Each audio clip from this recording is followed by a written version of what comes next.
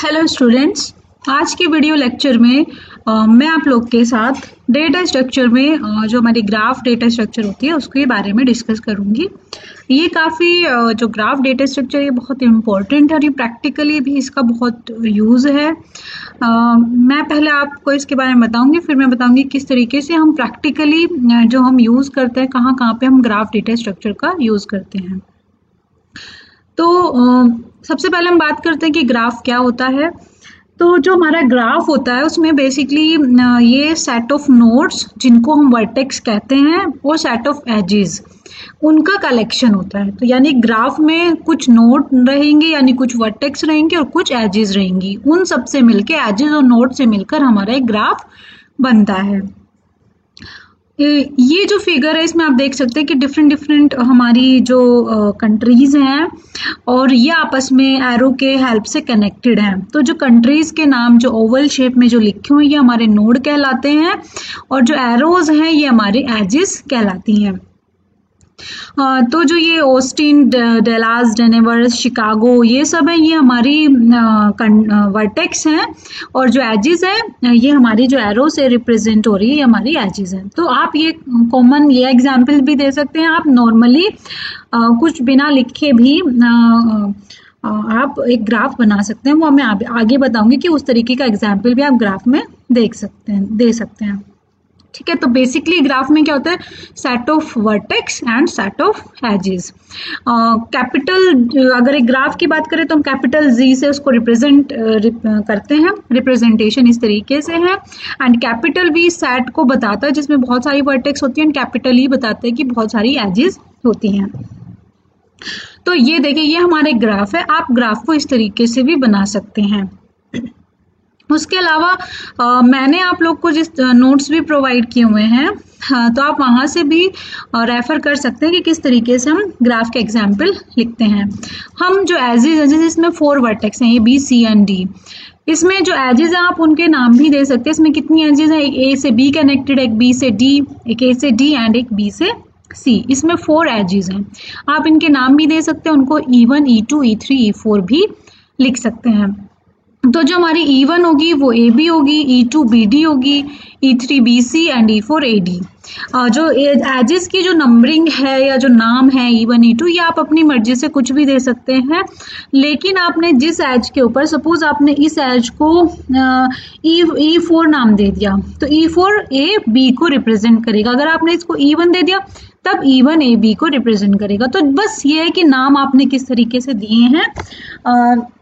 तो एक एज क्या होती है, वो 2 वर्टेक्स के बीच में कनेक्शन को रिप्रेजेंट करती है। यहाँ पे जो हम एग्जाम्पल दे रहे हैं ये अनडायरेक्टेड ग्राफ के लिए, यानी जहाँ पे कोई भी डायरेक्शन नहीं दी हुई है। इसके पीछे वाले एग्जाम्पल में आप लोग देखिए कि यहाँ पे डायरेक्शन दी हुई है, ये हमारी डायरेक्शन दी हुई है, इसको हम कहते हैं डायरेक्टेड ग्राफ। जहाँ पे कोई भी डायरेक्शन ना हो उस ग्राफ को कहते हैं अनडायरेक्टेड ग्राफ। लेकिन अगर डायरेक्टेड ग्राफ की बात करें तो डायरेक्टेड ग्राफ में क्या होती है, डायरेक्शन होती है, तब हमें वहाँ पे एजेस को थोड़ा ध्यान से लिखना पड़ता है। जैसे यहाँ पे आप जो एजेस, अगर मैंने यहाँ पे नाम दे दूँ E1, मैं यहाँ पे आपको करके बता देती हूँ, ठीक है। अगर मैंने इसको एज को नाम दे दिया E1 तो आप E1 को AB भी लिख सकते हैं और BA भी लिख सकते हैं। अगर मैंने इसको दे दिया E2 तो E2 हमारी BD भी हो सकती है या DB भी हो सकती है, वो आप कुछ भी लिख सकते हैं। जब डायरेक्शन नहीं दी है तो E1 AB या BA दोनों को ही रिप्रेजेंट करेगा। बट अगर डायरेक्टेड ग्राफ की बात करें तो डायरेक्टेड ग्राफ में जहाँ जो भी डायरेक्शन होगी वो एजेस वो ही डायरेक्शन हमारे रिप्रेजेंट करेगी। यानी अगर हमने हमारी कितनी एजेस हैं, एक एज E1 है जो कि 1 2 3 को रिप्रेजेंट कर रही है और एक एज है हमारी E2 जो 3 से 1 को रिप्रेजेंट कर रही है। 1 3 5 7 9 11 ये हमारे वर्टेक्स हैं और ये हमारे जो है एजेस हैं। तो अब एजेस E3 वो 11 to 1 को रिप्रेजेंट करेगी, हम 1 to 11 नहीं लिख सकते हैं जहाँ पे भी डायरेक्शन दी रहती है। जैसे अगर यहाँ पे E4 की बात करें तो E4 9,11 से आप रिप्रेजेंट करोगे, ये वाला जो दिया हुआ है आप 11,9 आप नहीं लिखेंगे। ये जो होता है इसको बोलते हैं हम लूप। अगर कोई एजेस खुद पे ही उसी वर्टेक्स से स्टार्ट हो रही है, उसी वर्टेक्स पे एंड हो रही है, तो वो हमारा लूप कहलाता है। यानी देखिए एज में 2 पॉइंट होते हैं, 2 एंड पॉइंट होते हैं। जैसे अगर यहाँ पे बात करें 1,3 तो ये हमारे एंड पॉइंट है। अगर दोनों ही एंड पॉइंट हमारे सेम हो जाएं तो हम उसको लूप कहते हैं। तो डायरेक्टेड ग्राफ में हमें बहुत केयरफुली जो एजेस जो एंड पॉइंट है उनकी सीक्वेंस बहुत ही carefully according to the direction of edges के हिसाब से हमें लिखनी पड़ती है। इसके बाद है कि आप लोगों ने इससे पहले ट्री पढ़ा है, तो ट्री और ग्राफ में क्या डिफरेंस होता है। ट्री हमारा ग्राफ का स्पेशल केस है। ये जो ग्राफ होता है इसमें हमारी साइकिल होती है। इस वाले ग्राफ में तो देखिए कोई साइकिल, यहाँ पे बस आपको साइकिल मिली, ठीक है, यानी एक क्लोज्ड पाथ मिला है, यहाँ पे हमें क्लोज्ड पाथ मिला है। लेकिन जो ट्री होता है इसमें आपको कहीं भी क्लोज्ड पाथ नहीं मिलेगा। तो यही एक डिफरेंस है ट्री और ग्राफ में, कि ग्राफ में क्लोज्ड पाथ होते हैं, क्लोज साइकिल होती है, बट ट्री में कोई भी क्लोज्ड पाथ नहीं होता। हम हर एक ट्री को हम ग्राफ कह सकते हैं, यानी अगर ट्री बना हुआ है तो हम उसको ट्री ग्राफ नाम दे सकते हैं, बट हम हर एक ग्राफ को ट्री नहीं कह सकते, बिकॉज ग्राफ में साइकिल होती है बट ट्री में साइकिल नहीं होती हैं। इसके बाद कुछ टर्मिनोलॉजी है ग्राफ की, जैसे कि एडजेसेंट नोड। जो भी दो नोड अगर एजेस में आपस से एक दूसरे से डायरेक्टली कनेक्टेड हैं, अगर दो नोड के बीच में अगर कोई एज है तो वो एडजेसेंट नोड कहलाते हैं। ठीक है, जैसे 5, 7 के एडजेसेंट है और ये दोनों नोड 5 और 7 एक दूसरे के एडजेसेंट कहलाते हैं। पाथ क्या होगा, a sequence of vertex that connect two nodes in a graph. तो जो पाथ हमारा रिप्रेजेंट करेगा कि यदि सपोज करो कि दो नोड है, कोई ए नोड है एंड कोई बी नोड है, तो उस तक जितनी भी पाथ जाएगा, जितनी भी एजेस उससे ए और बी को कनेक्ट करेगी, वो हमारा पाथ कहलाता है। और अगर पाथ में स्टार्टिंग का जो नोड होता है और एंडिंग का नोड अगर वो बराबर दोनों इक्वल हो जाए तब वो क्लोज्ड पाथ या साइकिल कहलाता है, अदरवाइज वो सिंपल पाथ कहलाता है। फिर बात करते हैं कंप्लीट ग्राफ की। कंप्लीट ग्राफ वो ग्राफ होता है जिसमें हर एक वर्टेक्स के बीच में कोई ना कोई एज, डायरेक्ट एज होती है। अभी आप यहाँ पे देखेंगे इसमें ए और सी के बीच में कोई भी डायरेक्ट एज नहीं है, डी और सी के बीच में कोई भी डायरेक्ट एज नहीं है, ठीक है। लेकिन जो कंप्लीट ग्राफ होगा, ए से बी कनेक्टेड है, ए से डायरेक्टली डी कनेक्टेड है, बी सभी से डायरेक्टली कनेक्टेड है, लेकिन डी भी सी से कनेक्टेड नहीं है। तो अगर मैं इनको कनेक्ट कर दूं, अगर मैं ए टू सी भी एक पाथ बना दूं, एक एज बना दूं, तो अब ये कंप्लीट ग्राफ कहलाएगा। अब इसमें हर एक वर्टेक्स के बीच में जितनी भी दो वर्टेक्स हैं, सपोज इसमें 4 वर्टेक्स हैं, तो चारों के बीच में आपस में एक डायरेक्ट पाथ है, ठीक है। तो कंप्लीट ग्राफ वो ग्राफ होता है जिसमें हर एक नोड के बीच में या हर एक वर्टेक्स के बीच में डायरेक्ट एज होती है। अगर बात करें कंप्लीट ग्राफ की एजेस की, देखिए इसमें कितनी एजेस है, 1, 2, 3, 4, 5 एंड 6। तो जो कंप्लीट ग्राफ होता है उसमें जो एजेस होती हैं वो हमारे इस वाले फॉर्मूले से निकालते हैं, इस वाले n इंटू n माइनस 1/2। तो वहाँ पे 4 वर्टेक्स थी, तो 4 इंटू 4 माइनस 1/2 यानी 2 इंटू 3 यानी 6। तो वहाँ पे 6 एजेस थी। दैट मीन्स कि जो हमारा ग्राफ है वो कंप्लीट ग्राफ है।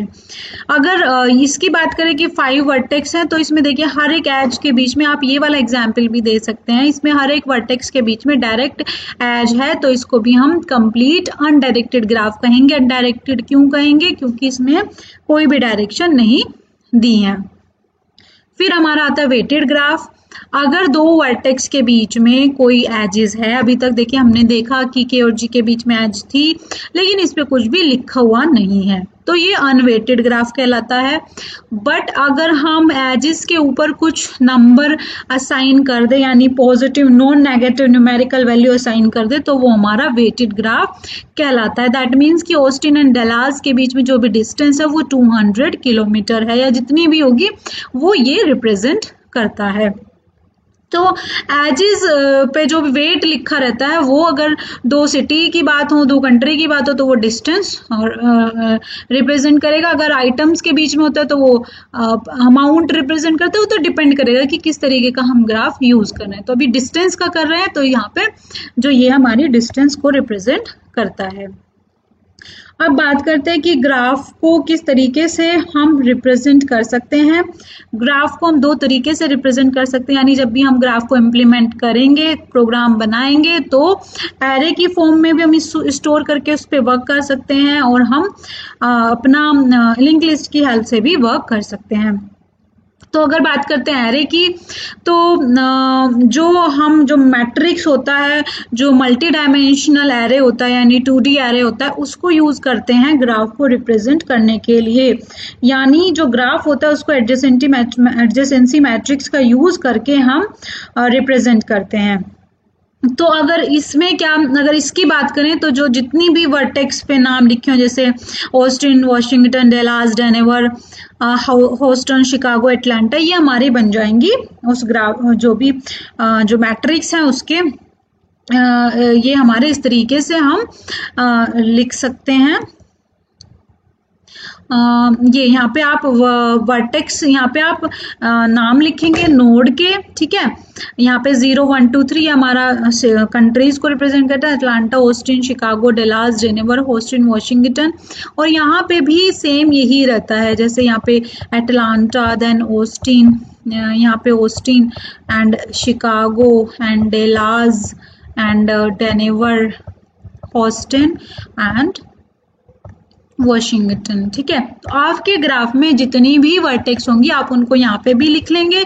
6 वर्टेक्स हैं और आप यहाँ पे भी लिख लेंगे, यानी आप अगर 6 वर्टेक्स है तो 6x6 क्रॉस 6 का आप एक मैट्रिक्स बनाएंगे।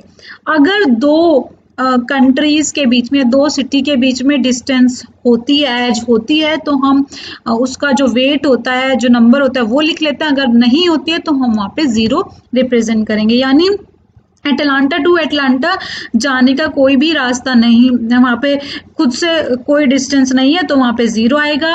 एटलांटा टू अगर ऑस्टिन की बात करें तो कोई भी डायरेक्ट एज नहीं है, यानी वहाँ पे भी 0 आएगा।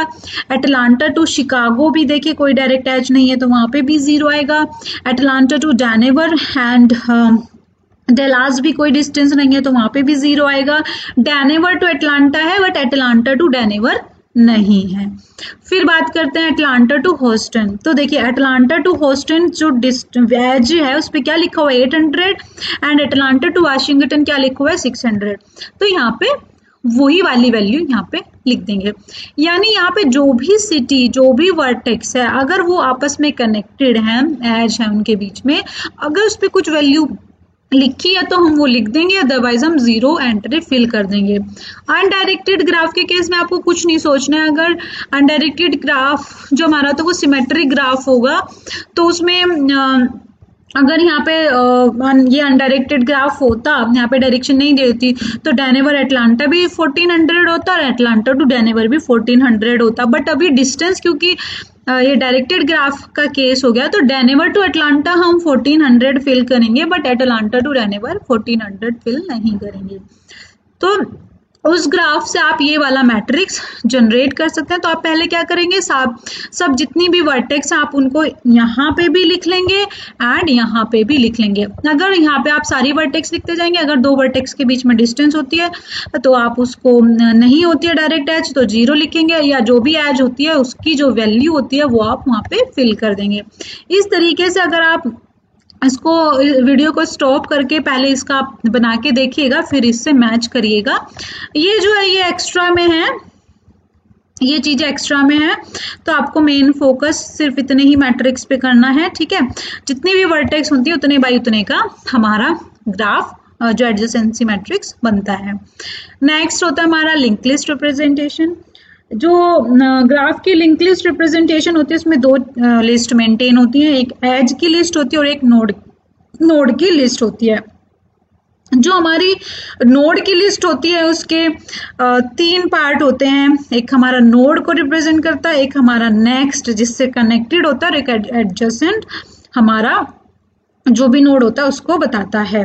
जो हमारी एज लिस्ट होती है उसमें डेस्टिनेशन और लिंक पार्ट रहता है। तो देखिए ये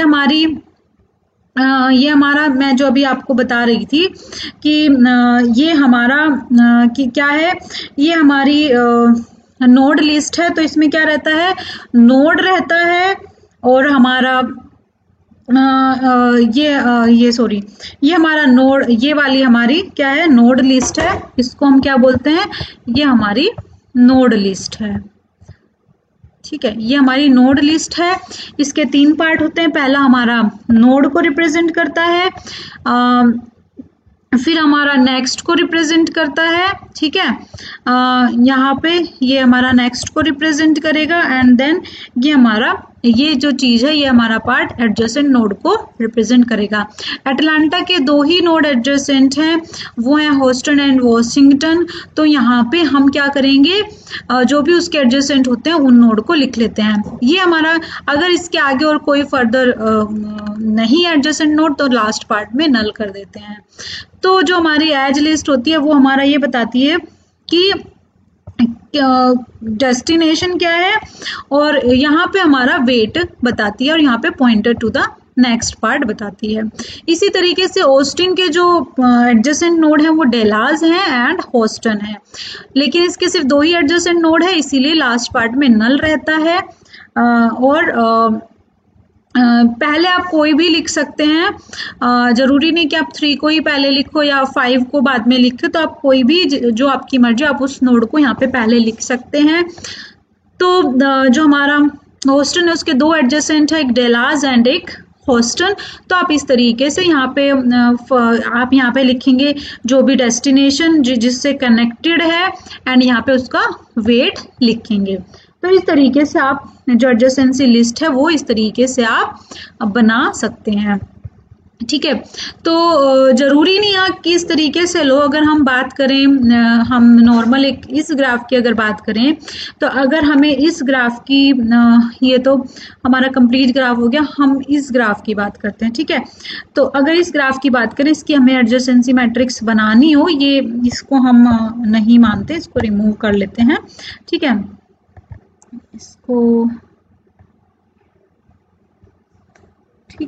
इसको हम